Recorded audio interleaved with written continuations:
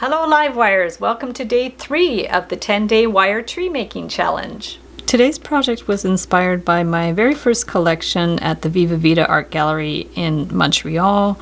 I made a bunch of mixed media cards, original cards with watercolor and wire trees. This one is actually a crocheted wire tree. Today we're going to do something a little more simple, but let me know in the comments if you would like to learn how to do crocheted trees. So I did trees, I did fish. Here's another crocheted tree with a watercolor background. I did some little crocheted figures. Here's another crocheted tree. I did all kinds of glass and beading, sea glass, wrapped sea glass. I do have some tutorials for that type of thing on my channel.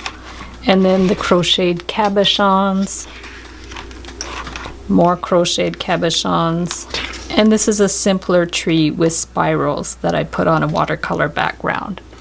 So I'm going to start with 3 pieces of 22 gauge wire. There's about 12 inches long, and then you want to just bend them all in half. They don't have to be perfect. You can just bend them with the pliers or by hand. Some of them could be a little bit longer than others as well. So we're just going to bend them, give it a little kink with our fingernail, push it like that. If you don't have fingernails, use your pliers. And then this one here too, just bend it approximately halfway. Not exactly, it's nice if some branches are longer than the others. So these are going to be the roots.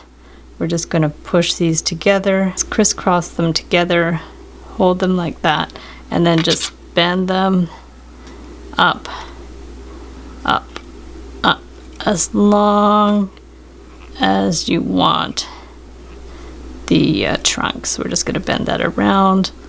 Doesn't have to be too long. Take the other one here and just bend them together to crisscross them and kind of bend them in the same way. It's kind of nice when they're not even, when they look a little bit knotted. So we're just going to kind of bend them around like that, twist back and forth. So then we have this funky little trunk there. I think the more wobbly the better. So we'll just separate them all and then leave one to the side, and then just take these two and twist them together a bit. Okay, you could go like that. On this side we can bend the outer two together. So we're going to go up like that. So to form the leaves, we're just going to take our round pliers and then just help it out a little bit like that, and just start forming the leaves around here. So we're just going to take this, bring it around.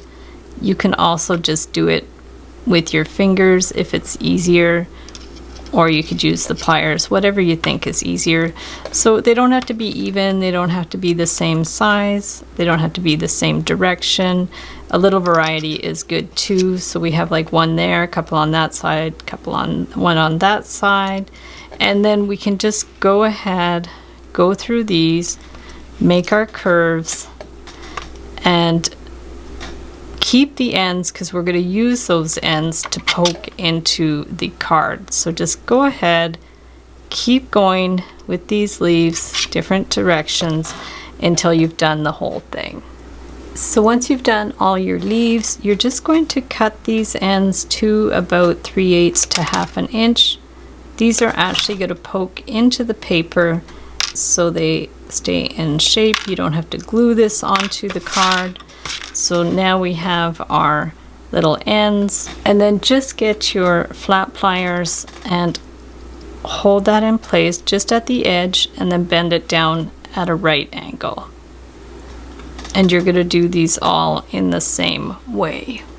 You also want to shape the roots in a way that it looks nice, more organic. You can kind of bend them a little bit if you like. Like say you want this one over here, you can still adjust these in any way that you want. And it's always nice when the tree has a lot of like shape to it. So I like to like bend it over and then bend it back, just to give it a nice kind of organic feel. And then I have all these watercolor backgrounds that I made, so you could make a bunch of abstract watercolors and then just decide which one you like the best. I like that one. This one's a little dark. This one's a little light. I'll link up my art channel below where you can learn how to make these watercolors. If you don't have any paints, you can always get a photo.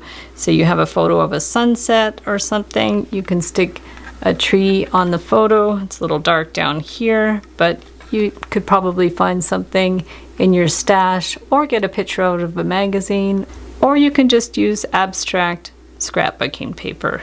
So to attach it in the right place on the card, I kind of position it approximately where I want it. It's going to be around there. And then I flip it over, and then I'll flip the tree over because that's going to be how it's positioned. So you know about where it's going to be. And then that way, see there's your ends.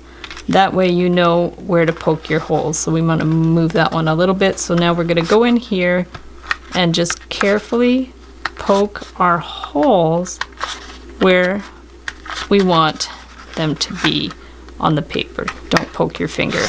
And I just poked them a little bit, but you can go in again after and just make your holes a little more large so your wire will fit through. 22 gauge wire is good for this project. And then when you flip it, you can flip your tree and go ahead and stick these in. So we're just going to stick them in the holes, kind of poke it in there, poke them through. As you go, you can take the wire and just pinch it down.